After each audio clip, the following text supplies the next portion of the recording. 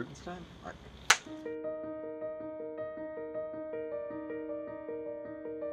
I decided to join the research efforts at UNC Cochlear Implant because of their reputation for doing good work, both for patients as well as for the results that they receive on their research studies.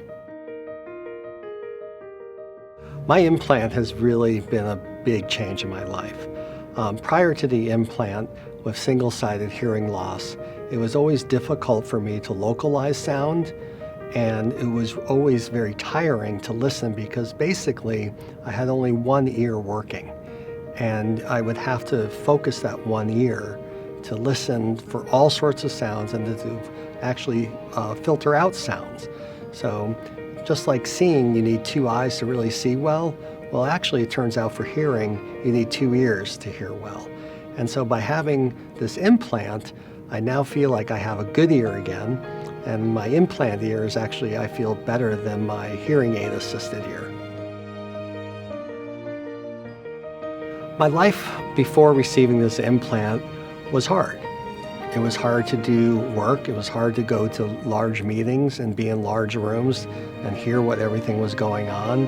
It was hard to be at home. It was impossible to go to a restaurant and expect to participate in any sort of conversation. Cocktail parties, receptions, I dreaded going to. And now I can actually go to these sort of events. And with my implant, I have enough hearing ability to actually focus in on the conversation, and it's not as draining and tiring prior to my implant. I would recommend others to go to UNC for their implant. I think the whole team there, from the surgeon side to the audiologist side, are just really top-notch. In fact, today I actually fly down from Washington, D.C. to UNC to get my mapping or whatever checkups, because I feel like that team really understands what is going on in cochlear implant technology. And what you find in hearing aid technology, especially on the audiologist side, when it comes to the fine-tuning of the device, it's a little art and it's a little science.